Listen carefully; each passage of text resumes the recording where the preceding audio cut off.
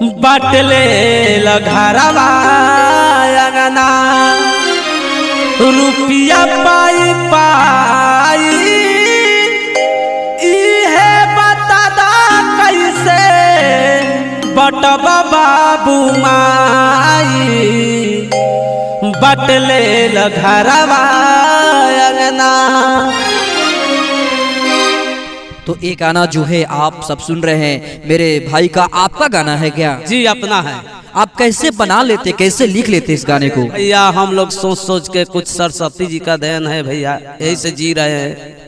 तो देखते हैं आप सब इनको भाई को कितना सपोर्ट कर रहे हैं। दोनों आंख से दिव्यांग है और बिहार में मैं एक ऐसा बात बोला हूं कि जितने भी दिव्यांग हैं हमारे पास उम्मीद लेकर आ जाते हैं। तो मुन्ना भाई को आप लोग आगे बढ़ाते हो तो ऐसे ऐसे लोगों को मैं प्रमोट करता रहूंगा।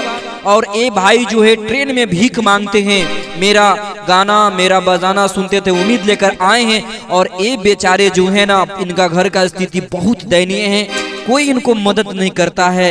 घर में 4 बच्चे हैं, कोई इनको मदद नहीं करता है। तो प्लीज करके आप लोग इनके लिए सहारा बनिए, एक लाइक और एक शेयर, बस आप लोग इतना ही कीजिए। आप सभी से हम लोग को पैसा नहीं चाहिए, है ना। चैनल को सब्सक्राइब कर लीजिए और लाइक और कमेंट जरूर कीजिएगा। सुनाइए। बाटले घरवा अंगना रुपया पाई पाई इहे बता दा कैसे बटवा बाबू माई बाटले घरवा अंगना रुपया पाई पाई इहे बता दा कैसे बटवा बाबू माई बाटले घरवा अंगना।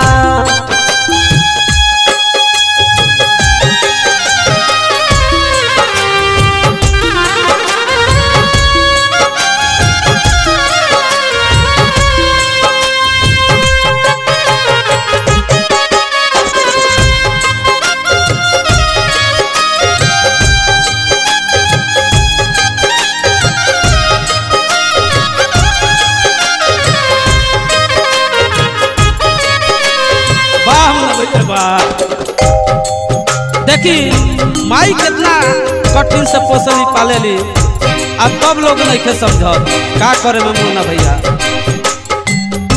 माई सही के पीरा दिहली जाना माई बाबूजी दिहले अपन दूधवा दवाई।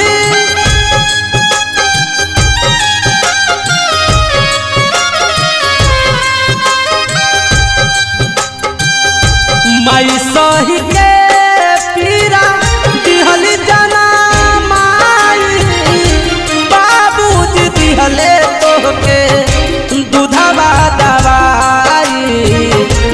अपन सारा खुशी दिहले, अपन सारा खुशी दिहले तोह पे लुटाई इहे बता दा कैसे बटवा बाबू माई बाटले घरवा अंगना।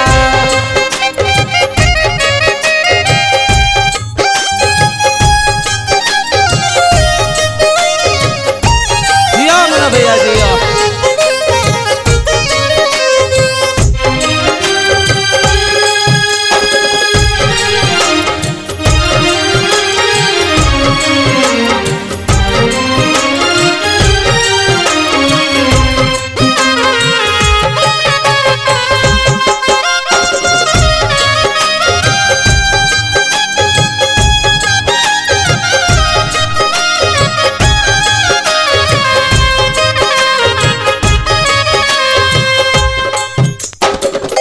हिस्सा लाग जगह जमीन पूरा परिवार में, कैसे हिस्सा लागी उनके ममता दुलार में।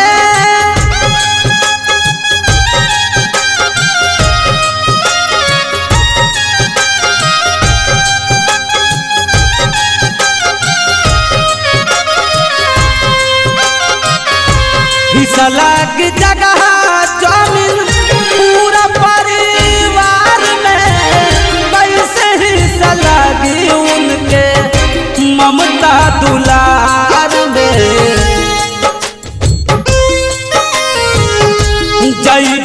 नरक में उनकर जइबा नरक में उनकर रोआ जे दुखाई इहे बता दा कैसे बटब बाबू माई बटले घरवा अगला रुपया पाई पाई इहे बता दा कैसे बटब बाबू माई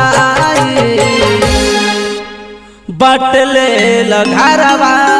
तो आशा कर रहा हूँ कि भाई का गीत जो है काफी अच्छा लगा होगा। तो देखते हैं आप सब किस किस जिला से देख रहे हैं, किस किस गांव से देख रहे हैं, आप लोग कमेंट बॉक्स में जरूर बताइएगा। नेक्स्ट वीडियो मिलती हैं, तब तक के लिए good take care, bye bye, जय हिंद जय भारत।